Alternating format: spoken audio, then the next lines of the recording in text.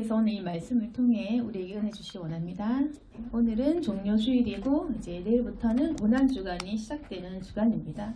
그리고 우리가 일주일 뒤에는 이제 부활절인데 오늘 말씀을 통해서 예수님께서 고난을 받으실 때 어떠한 기도를 하셨고 마음이 어떠하셨는지 주님의 마음에 대해서 다 함께 묵상하고 알게 되기를 원합니다. 예수님께서 알다시피 우리의 죄를 위해서 십자가를 못 박혀 돌아가셨습니다.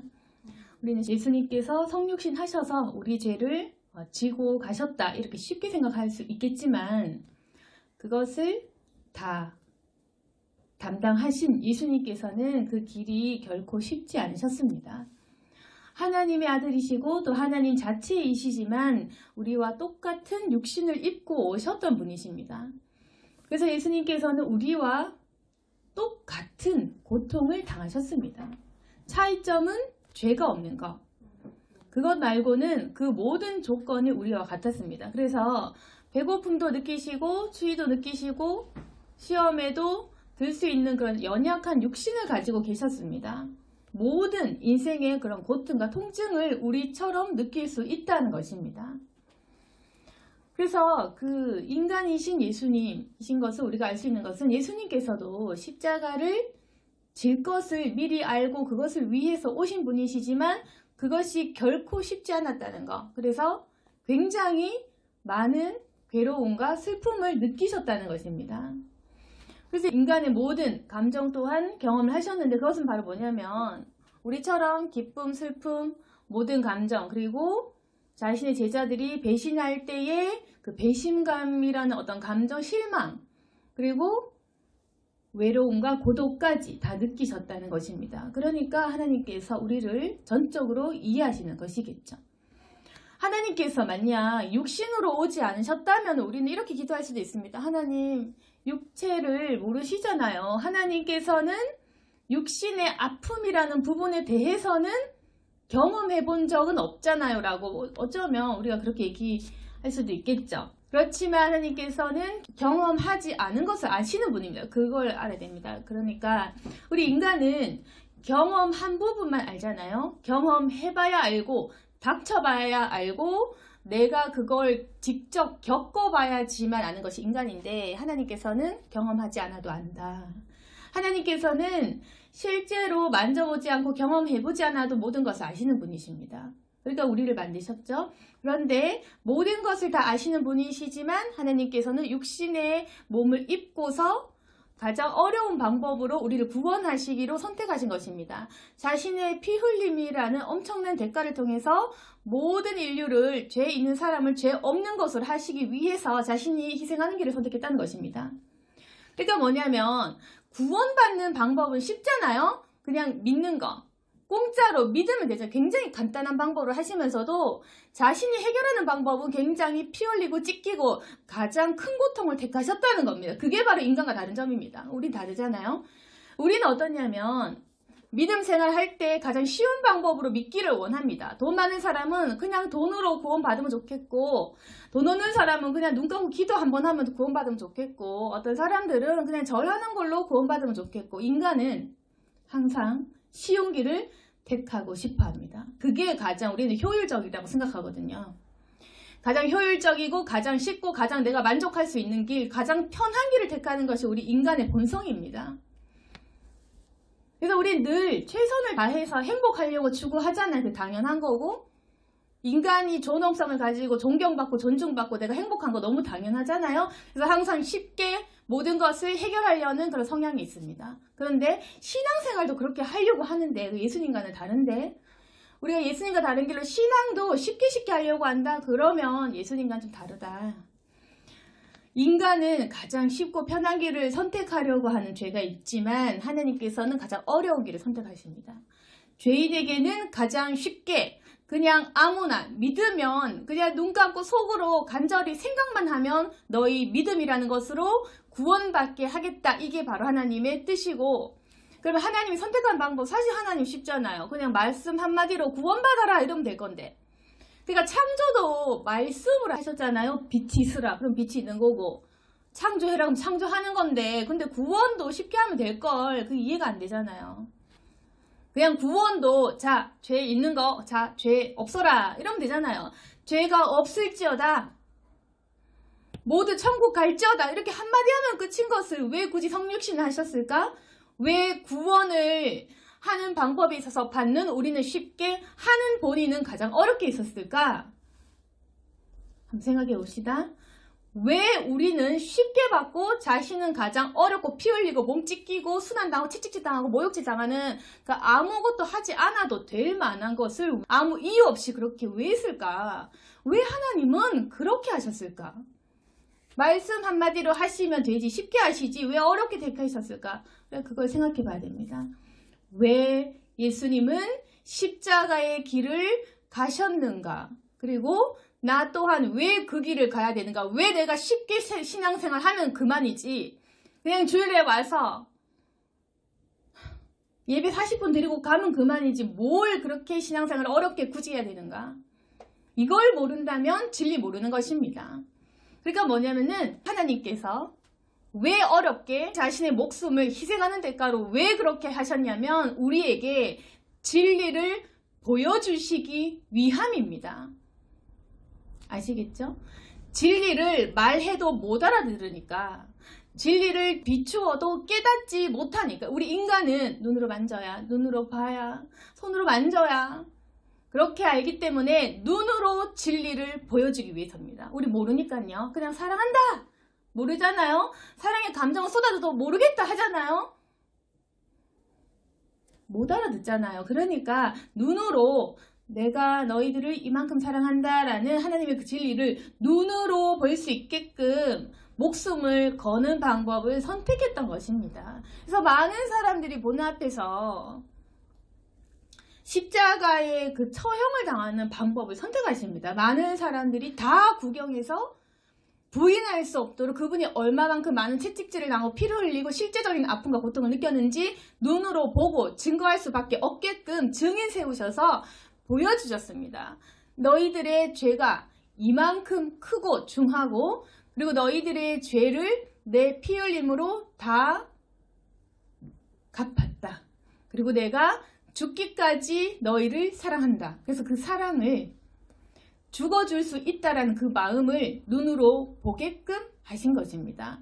그래서 가장 어려운 방법으로 우리에게 진리와 사랑을 믿으라고 보여주시기 위해서 그 어려운 방법을 선택한 겁니다. 그러니까 우리는 공짜인 것입니다. 눈으로 보게끔, 역사로 기록되게끔, 그리고 봤던 사람이 증언하도록 증인 세워서 증인을 만들어서 들을 수 있게끔 다 마련해 주셨거든요. 심지어 우리가 이제 예수님을 보지 못한 세대잖아요. 그러니까 예수님 못 보니까 성령 보내주셨거든요. 그러니까 우리가 아셔야 되는 것은 하나님께서는 인간이 구원받을 수 있는 모든 방법들을 통틀어서 우리에게 다 해주셨다는 것입니다. 우리는 절대 변명의 여지가 없습니다. 그래서 예수님께서 구원 쉽게 받아라. 너희 뭐 머리가 나쁘든 장애가 있든 가난하든 아무런 제약 없이 구원의 방법은 뭘 바치고 헌신하는 거 아니다. 아주 공평하게 믿으면 된다. 마음은 모든 인간에게 있잖아요. 어리든 몸이 불편하든 어떤 사람이 마음이란 건 있잖아요. 인간의 영혼이 있으니까요. 인간에게는 마음이 있으니까 마음으로 믿어라 그러면 구원 끝. 마음으로 믿으면 끝. 마음으로 하나님이란 존재를 믿기만 하면 끝입니다. 구원이라는 것이. 그렇게 아주 쉽게 전 인류에게 공평한 그런 구원의 문턱, 믿기만 하면 돼 라는 거, 자신을 보기만 하면 돼 라는 그 아주 쉬운 구원의 방법을 우리에게 주시고, 자신이 하신 방법은 우리 강박한 인간이, 연약한 인간이 눈으로 봐야만 믿으니까 눈으로 보여주시면서 자신은 피 흘리시는 그 방법을 선택했습니다. 그래서 아주 쉬운 방법을 선택할 수도 있겠지만 그냥 하나님께서 너희 구원 받을 것이다, 구원 받아라 이렇게 하면 너무 하나님은 크신 분이다라는 것을 우리는 알 수 있지만 얼마만큼 나를 이해하고 사랑하시고 얼마만큼 나를 실제적으로 사랑하시는지는 모를 수 있겠죠. 또 부모만큼은 아니다라고 생각할 수도 있겠죠. 그렇지만 예수님께서는 그 어떤 인간도 할 수 없는 사랑을 주셨기 때문에 우리가 그 속에 사랑을 발견할 수 있는 것입니다. 그래서 그 십자가를 보고 사랑을 발견하지 못한다면 아직까지 우리가 예수님의 십자가를 이해하지 못한 것이다. 그 사실을 실제적으로 우리가 겪지 못하고 깨닫지 못한 것이다. 그래서 우리가 십자가를 묵상해야지만 진리를 알 수 있는 것입니다. 십자가 없이 진리 못 깨닫습니다. 십자가의 그 사랑이 하나님의 성품이고 그 사랑이라는 성품이 진리 그 자체이기 때문에 우리가 십자가를 묵상할 때 진리를 발견할 수 있다. 그리고 그 십자가에 있는 나의 그 죄악의 크기도 깨달아야 되고 그 죄악을 감당하신 예수님의 그 아픔의 무게를 아는 만큼 나에 대한 사랑이 와닿는 것입니다. 예수님께서 그러면 우리 흔히 아는 그 육신의 고통 빼고도 또 정신적인 그런 아픔을 어떻게 겪으셨냐면 다 알다시피 자기가 가장 사랑하는 제자 가룟 유다가 자신을 팔았던 거죠. 그래서 우리도 우리 아는 사람이 나를 인신매매범에게 판다고 생각해보세요. 너무 끔찍하잖아요. 근데 예수님이 그걸 당하신 것입니다. 목숨을 팔린 겁니다. 그래서 가룟 유다라는 자기와 가장 친한 사람, 친한 제자, 자기가 세운 사람, 자기가 불렀고 자신의 모든 능력을 봤던 사람. 근데 그 사람이 돈 주고 팔아 넘긴 겁니다. 인신매매 당하듯이 그렇게 팔려간 겁니다. 돈에 팔려간 것입니다. 그러니까 그런 비참한 고통까지 겪으셨고 또 오늘 본문에 보시면은 고독함과 외로움, 슬픔 모든 것을 느끼셨던 것입니다. 그래서 우리가 이러한 예수님의 고통을 묵상할 때 예수님께서 하나님이신데 이 모든 고통을 나 때문에 겪으셨구나. 왜 이렇게까지 고통스러우셨을까? 이런 생각을 하면서 우리가 십자가의 사랑으로 나아가야지 그 속에 부활도 있고 기쁨도 있고 그렇게 되는 겁니다. 그래서 은혜의 처음 시작은 십자가다. 십자가를 깨달아야 된다. 예수님께서 팔려가시는 날 너무너무 힘드셨습니다. 그래서 겟세마네에 가서 기도를 하셨는데 얼마나 힘드셨으면은 예수님께서 기록된 말씀을 보시면 심히 놀라시며 슬퍼하사라고 기록되어 있거든요. 그래서 오늘 본문 32절을 보시면 그들이 겟세마네라는 곳의 이름에 예수께서 제자들에게 이르시되 내가 기도할 동안 너희는 여기 앉아 있으라 하시고 베드로, 야고보, 요한을 데리고 가셨다고 되어 있거든요. 기도하실 때 보통 예수님께서 혼자도 가시지만 이날은 너무너무 외롭고 너무 힘드시니까 가장 자기가 아끼는 제자 3명을 데려간 겁니다. 베드로, 야고보, 요한. 그러면은 베드로는 아시다시피 수지자니까 가장 예수님이 사랑하는 요한, 베드로, 야고보 이렇게 데리고 가신 것입니다. 그럼 우리가 생각했을 때 이 3사람은 예수님이 죽기 직전인데 어떤 낌새나 느낌이나 감도 없었을까? 예수님의 표정의 그 심각성을 보지 않았을까 생각할 수 있겠죠. 예수님께서 이제 팔려가시는데 얼마나 슬프고 비통했겠습니까? 그러니까 33절에도 심히 놀라시며 슬퍼하사 예수님을 마가가 지금 표현하잖아요. 예수님께서 심히 놀라시며 슬퍼하사 이미 예수님 얼굴에 놀라시며라고 이제 해석을 한 것은 마음이 동요되다, 두려워하다, 정신을 잃다 이런 동사인데 그러니까 예수님께서 굉장히 슬퍼하시고 놀라시고 굉장히 힘들어하셨다는 것입니다. 그러면은 우리가 상상할 때 예수님께서 굉장히 슬픈 표정 지으셨겠죠? 굉장히 힘든 표정 지었겠죠? 예수님께서 이때까지 한 번도 짓지 않으셨던 그러한 모습을 보이셨을 것입니다. 그러니까 그 전까지는 예수님의 사역은 항상 사람들을 가르치시고 그리고 병자들을 고치시고 귀신도 내쫓으시고 그리고 오병이의 기적도 일으키시고 물 위도 걷는 분이잖아요. 그러니까 항상 예수님은 만능이셨습니다. 그러니까 먹을 것도 그렇고 말씀만 하면 저걸 데리고 오라면 오고 물고기 입을 벌려 하면 물고기 입에도 동전 나오고 하여튼 온갖 기적을 베푸시는 분이셨거든요. 원래 예수님은 남의 병도 치유, 죽은 사람도 살리는 거 가능하신 분이셨습니다. 귀신도 내쫓고 하여튼 완전히 사람이 아닌 온갖 능력을 다 가지신 이분만 있으면 우리는 안전하다 싶을 정도로 완전히 그 왕이신 그 예수님이셨습니다. 사람들이 따랐죠. 그런데 처음으로 예수님께서 무너지는 모습을 보이신 것입니다. 처음 보는 예수님의 슬픔, 처음으로 예수님께서 힘들어하는 거. 원래 힘들어하지 않는데 그냥 슬퍼하고 애통할 뿐 예수님 힘들지 않잖아요. 고쳐주고 살리고 안타까워하시는 분이잖아요. 그러니까 우리가 생각했을 때 예수님 항상 날 사랑해줘야 돼. 예수님 나 고쳐주세요. 계속 예수님 바지가랑이 잡고 고쳐주세요. 고쳐주세요. 우리 이러고 싶잖아요. 예수님은 늘 남을 고치셔야 되는 분이잖아요. 예수님은 늘 남을 가르치시고 우리에게 뭘 주셔야 되는 분이죠. 근데 그날 처음으로 예수님께서 무너지셨던 것입니다. 처음으로 예수님께서 안 그러시던 분이 놀라고 두려워하고 고통스럽게 힘들어하며 자신을 위해 처음으로 기도한 겁니다. 생각해 보세요. 처음으로 자신을 위해 기도한 건 이 순간일 것입니다. 뭐 기록 안 돼 있어서 다 모르겠지만 추측할 때 예수님께서 그전에는 사람을 위해 기도를 하셨겠죠. 사역을 너무 많이 하셨겠죠. 근데 오늘만큼은 자신을 위해 기도하는 것입니다. 자기 자신을 위한 기도. 그래서 자기 자신을 위한 기도를 하면서 너무너무 외롭고 고통스럽고 이걸 어쩔 줄 모르겠으니까 제자들 3명을 데려간 겁니다. 그러면서 처음으로 중보 기도를 요청하는 거죠. 원래 그런 거 아닌데, 원래 우리가 기도 요청하면 예수님이 해주는 거고 우리가 살려달라고 하면 예수님이 살려주는, 원래 예수님이 뭘 해주셔야 되는 분인데 예수님께서 처음으로 제일 괜찮은 제자 3명에게 같이 따라가달라 하면서 기도 요청한 거죠. 그러면서 자신의 약한 모습도 표출하셨습니다. 34절에 내 마음이 심히 고민하여 죽게 되었으니 너희는 여기 머물러 깨어 있으라 하시고 뭐겠어요. 조금 더 쉽게 얘기해서 내가 너무 힘들어 죽겠다. 나 너무 힘들어 죽겠으니까 얘들아, 베드로야, 야고보야, 요하나 너 여기서 깨어서 기도 좀 해다오. 근데 지금 너무 죽겠거든. 이제 이거겠죠.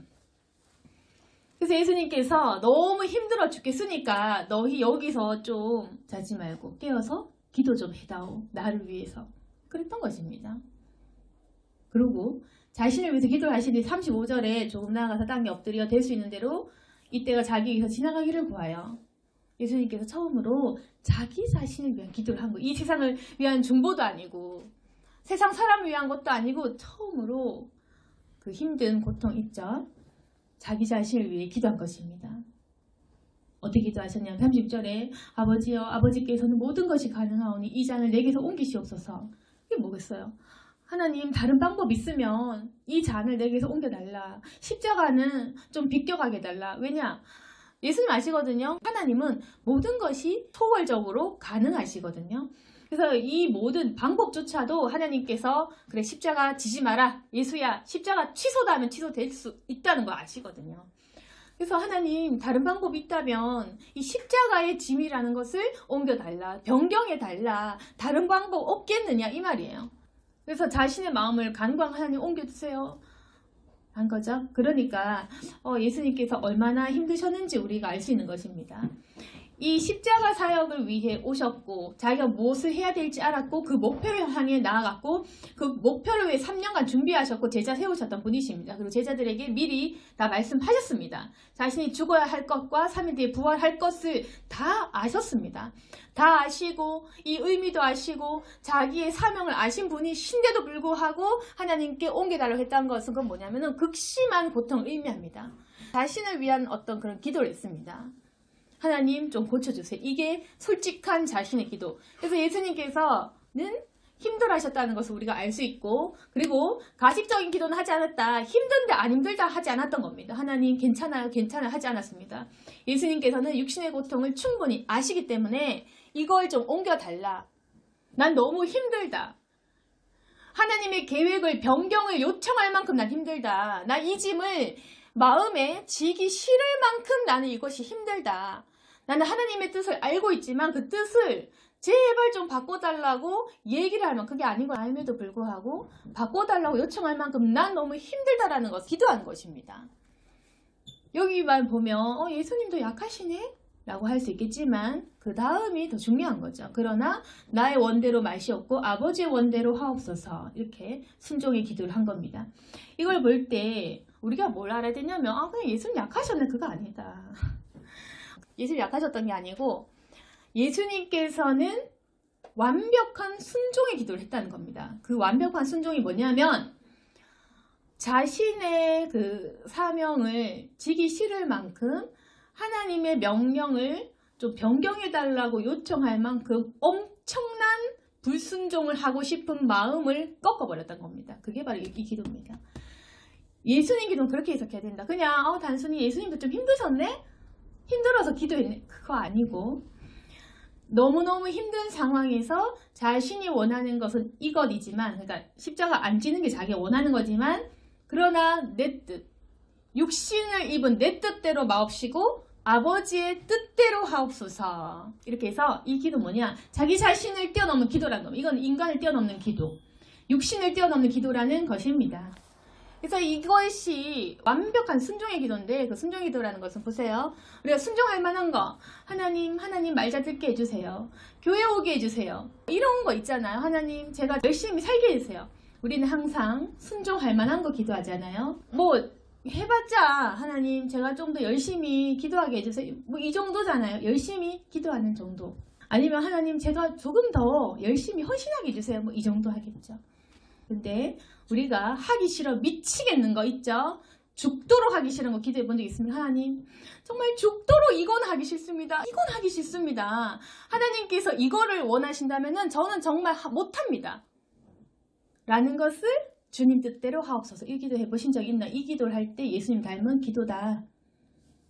그래서 우리가 이 기도를 할 줄 아는 사람은 성령 받을 수 있다는 겁니다. 아니면 이 기도를 하고 있는 사람은 성령 받은 사람입니다. 그래서 이게 엄청난 그 순종의 기도인데, 내가 죽도록 하기 싫은 거, 하나님께서 이것만은 좀 말아달라. 이것만은 내 목숨 걸고 이거는 좀 하지 말아달라. 이걸 하나님 앞에서 주님 뜻대로 하옵소서. 이건 이미 인간의 그 한계를 넘은 거죠. 내가 타고난 걸 그냥 뛰어넘은 기도입니다.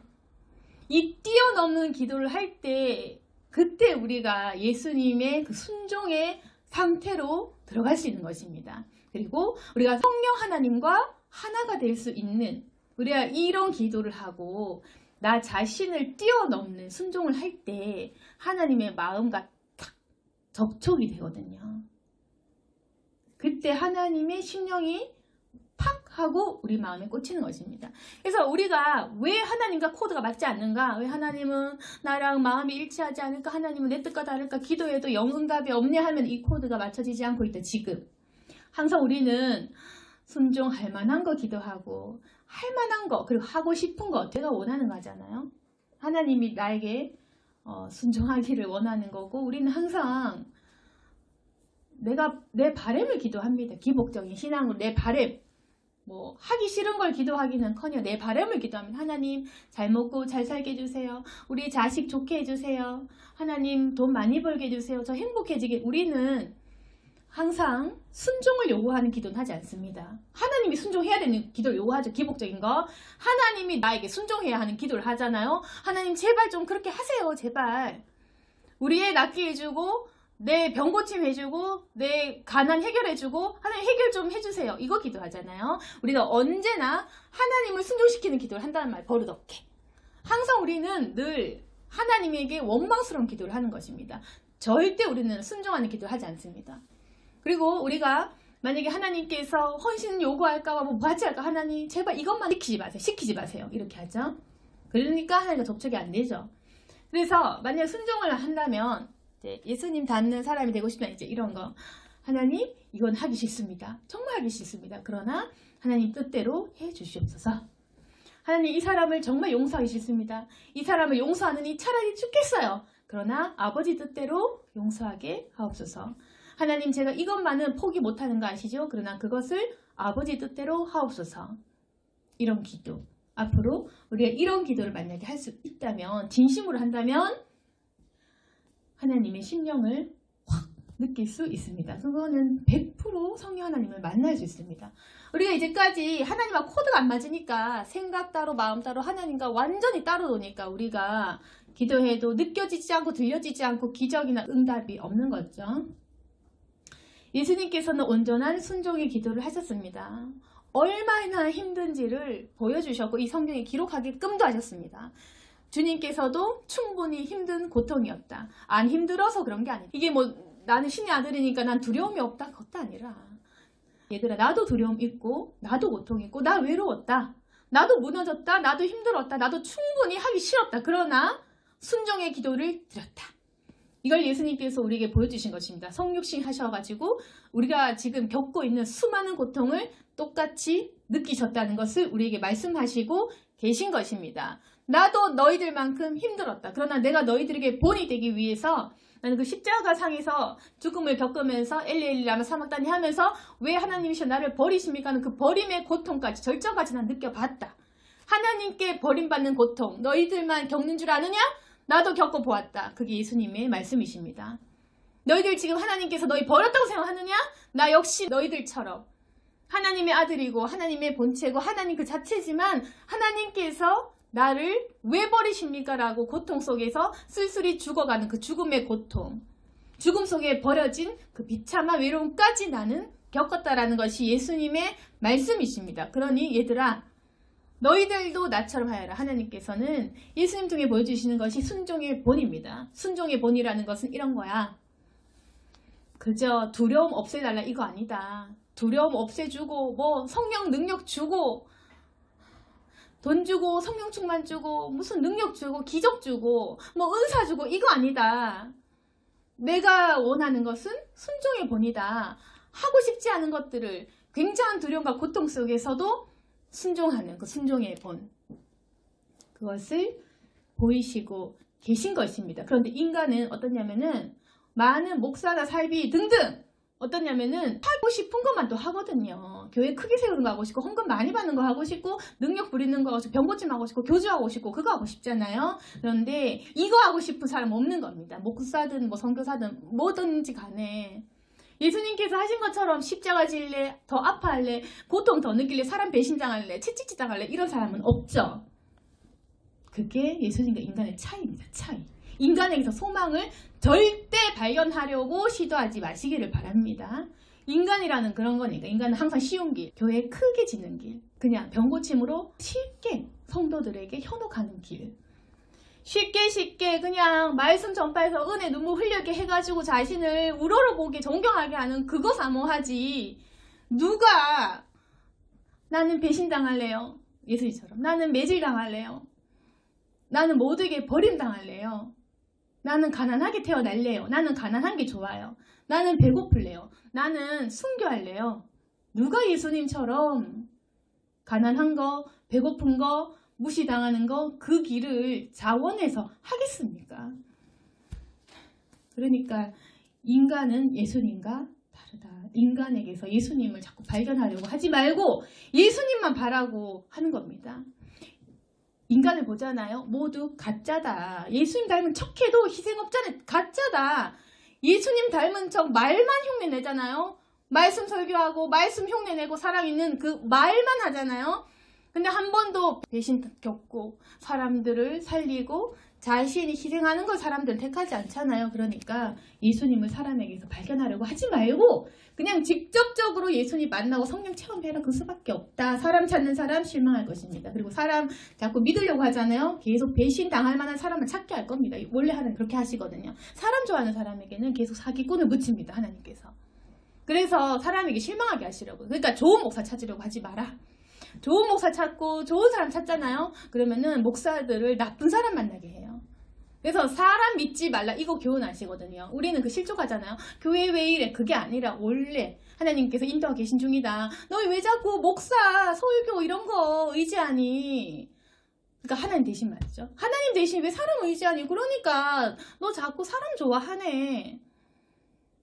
그러면 너에게 못한 사람 붙일 거야. 너 실망할 때까지 예수님을 직접적으로 찾을 때까지 너 사람 보지 않게 할 거다. 그게 하나님 뜻. 그러니까 우리가 자꾸 사람 좋아하고 사람 찾고 기대고 싶죠. 그런 사람은 늘상 하나님께서 실망하게 하실 것입니다. 그러니까 만약 성령 찾고 예수님 찾고 사람 보지 않은 사람 한 좋은 사람 이제 붙이실 것입니다. 성령 구해라. 예수님 만나라. 사람 그냥 보지 마라. 사람에게 실망하는 건 네 잘못이다. 왜 실망해?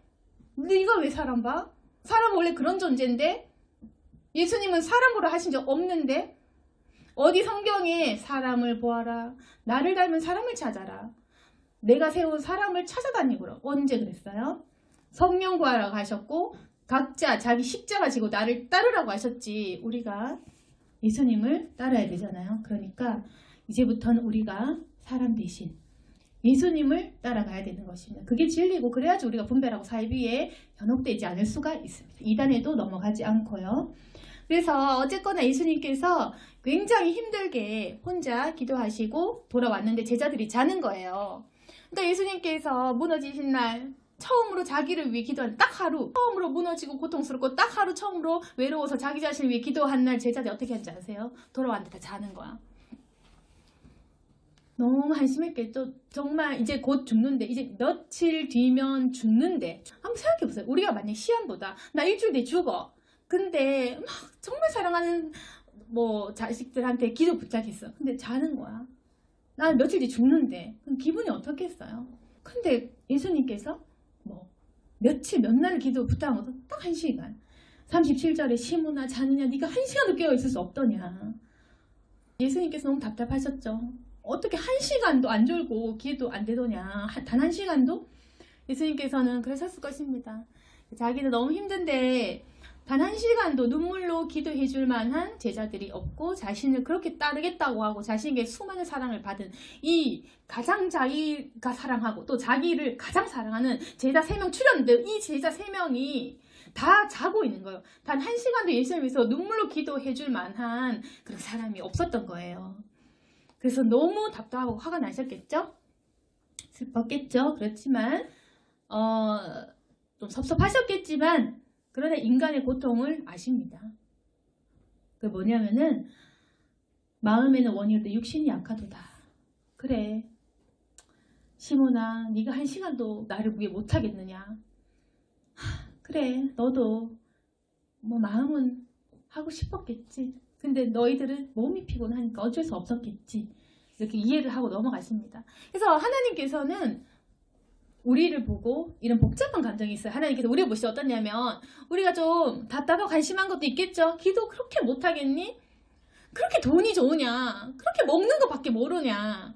그렇게 게임밖에 모르겠냐? 답답은 하실 거야. 근데 복잡한 마음.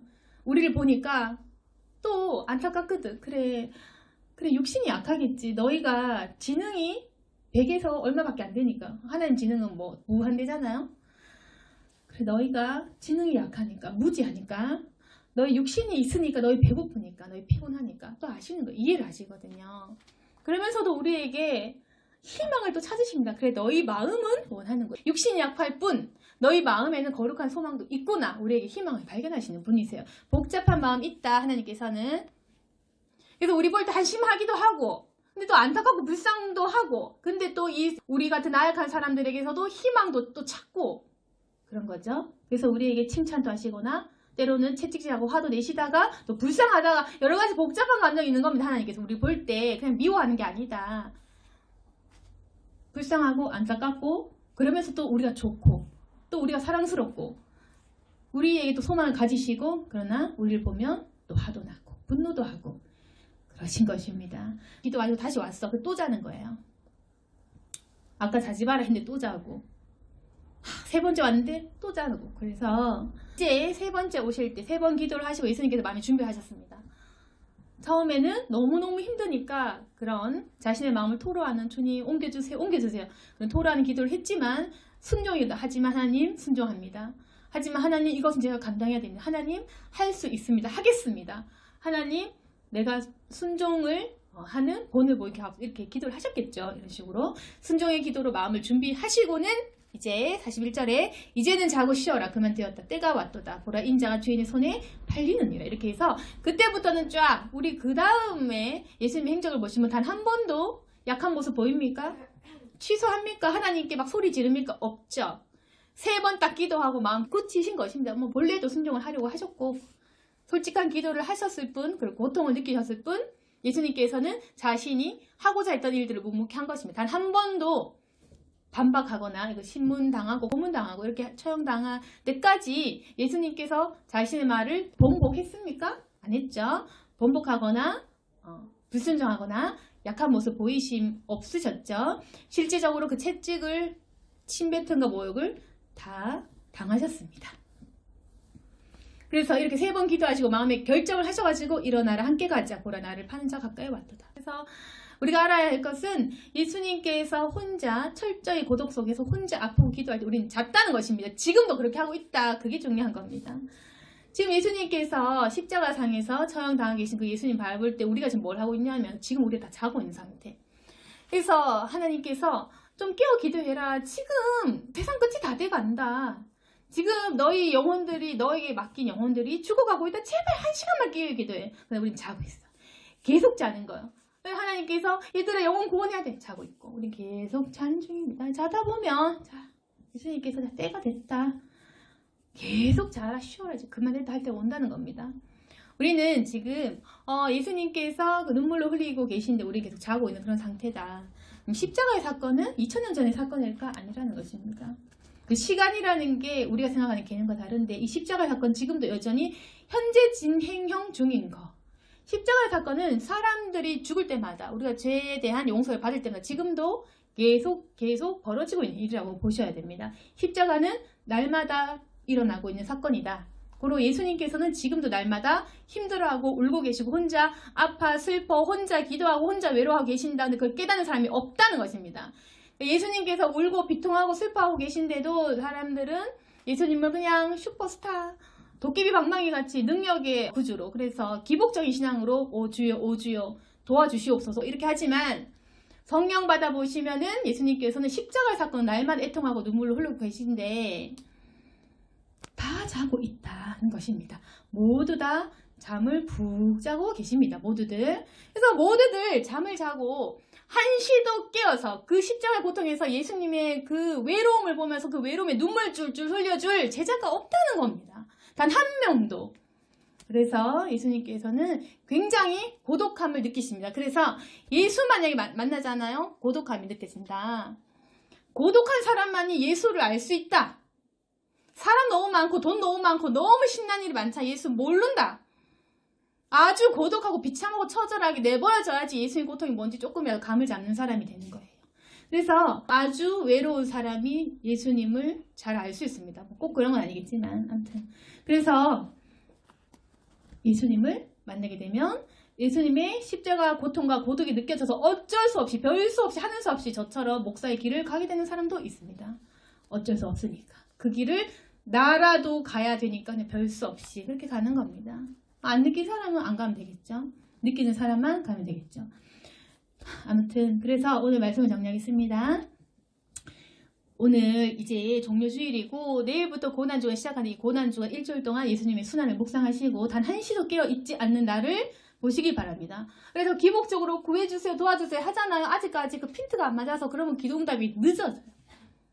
그러니까 나 자신을 구하면 도리어 응답이 안 돼. 근데 나 자신을 구하지 않고 예수님 만나면 오히려 응답이 돼. 더 잘 돼.